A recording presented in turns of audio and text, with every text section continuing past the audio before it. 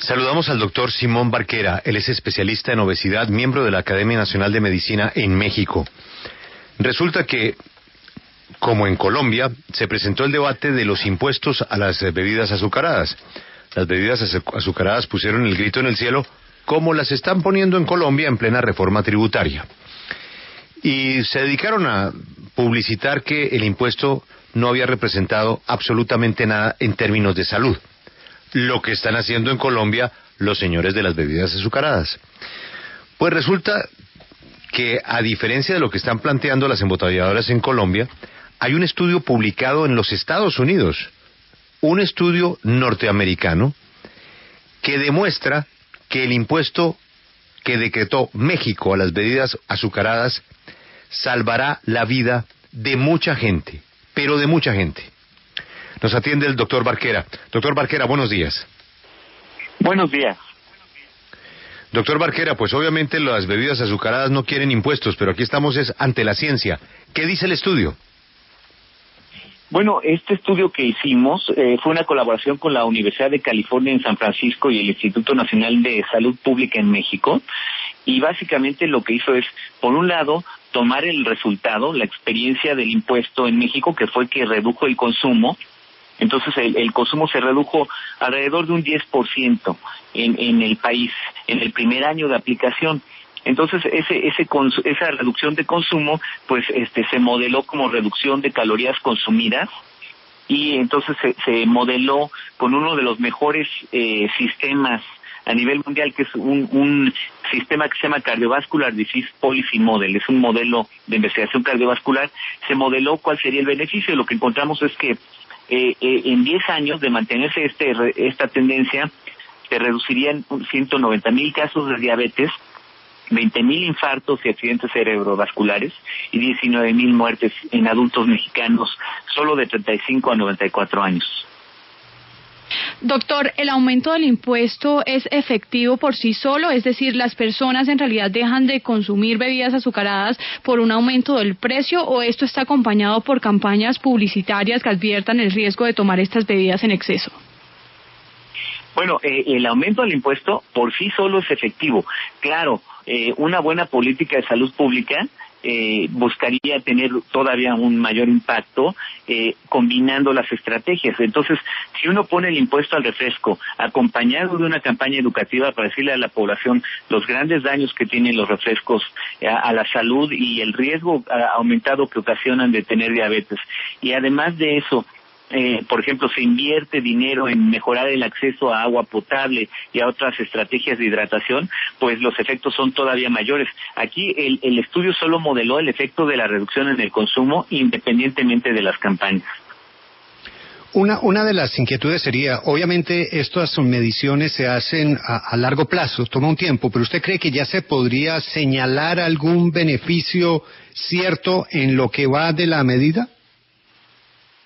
Bueno, en la actualidad el impuesto en México está pasando por el segundo año. La diabetes es una enfermedad, por ejemplo, que toma pues unos 10 años en desarrollarse. La obesidad también toma años. Entonces, cuando dicen, no, es que no se ha visto en realidad un efecto en obesidad, pues eso es un poco una trampa que es muy manejada por la industria para desacreditar los esfuerzos. Sin embargo, lo que sí ya se demostró desde el primer año es puntual, que hubo una reducción del 10%. Entonces, por ejemplo, la industria decía, es que es muy poco, eso equivale a 6 calorías per cápita. Bueno, México es un país de 125 millones de habitantes, entonces 6 calorías per cápita representan algo así como 182,000 kilos de azúcar diarios que se dejan de consumir gracias a este impuesto. Entonces, bueno, eso yo creo que es una prueba bastante grande de los beneficios potenciales que tiene, porque lo que no hay duda es que el azúcar y el refresco son dañinos. Entonces pues esas reducciones pues ya son un éxito. Señor Barquera, en algunas regiones del mundo, como en Latinoamérica, las bebidas azucaradas suplen más del 20% del total de requerimiento calórico.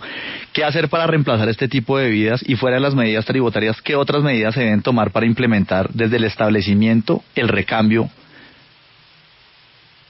Bueno, una cosa que habría que considerar y que es importante es si realmente se requiere reemplazar esas calorías.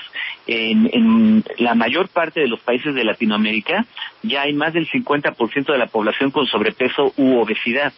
Eso quiere decir que posiblemente la mayor parte de la población está consumiendo más calorías de las que requiere, y el simple hecho de lograr reducciones importantes de las bebidas calóricas a lo mejor sería la medida que requieren nuestras poblaciones para alcanzar pesos más saludables.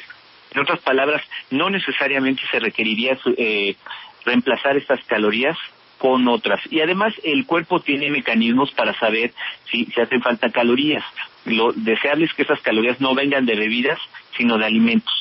¿Y qué otras medidas pueden ser de utilidad? Pues desde luego es muy importante las medidas educativas y las campañas. El problema con estas medidas es que es muy difícil competir contra el músculo económico que tiene la industria para promocionar las bebidas. Entonces, por más presupuesto que le asigne la Secretaría de Salud a esto, pues va a ser difícil. En Estados Unidos, por ejemplo, ya hay una etiqueta de alerta en los refrescos, en California, que dice: alerta, este producto puede ocasionar diabetes y enfermedades cardiovasculares. Entonces esa sería una medida pues también muy útil. En Chile tienen un octágono que dice: este producto es alto en azúcares.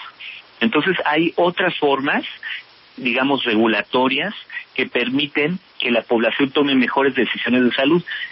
Todas estas serían de mucha utilidad sumadas a la medida de aplicar impuestos al refresco. Y luego la otra que sería formidable es que parte de la recaudación se utilice para fortalecer las campañas de salud pública, aunque no es indispensable. Los efectos se observan independientemente de eso.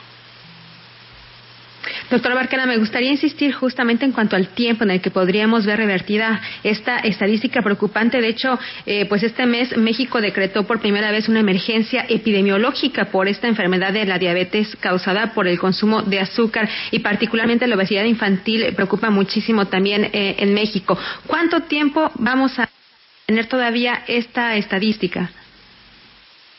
Bueno, yo creo que estos problemas, y más en países tan grandes a nivel de población, pues toman tiempo en revertirse, porque requieren de mucha coordinación intersectorial. México, cada estado tiene su propia Secretaría de Salud, somos 32 estados, 126 millones de personas. Entonces es una complejidad muy importante. Yo considero que el simple hecho de, por ejemplo, detener la velocidad de aumento de la problemática ya sería un éxito, y como mencionamos en el artículo, de mantenerse esta intervención, en 10 años lo que comenzaremos a ver es muertes revertidas. Esperamos prevenir 190,000 casos de diabetes en los siguientes 10 años, 20,000 infartos, 19,000 muertes, y además esperamos también ahorrar $983,000 por gastos asociados con estas enfermedades.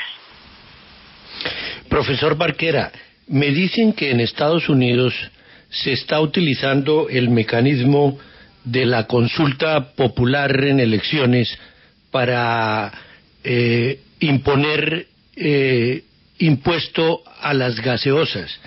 ¿Eso es cierto?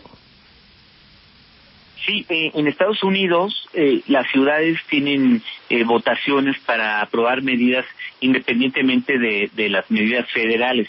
Entonces ahorita ya hay 4 ciudades en Estados Unidos que en estas elecciones pasadas aprobaron un impuesto a los refrescos.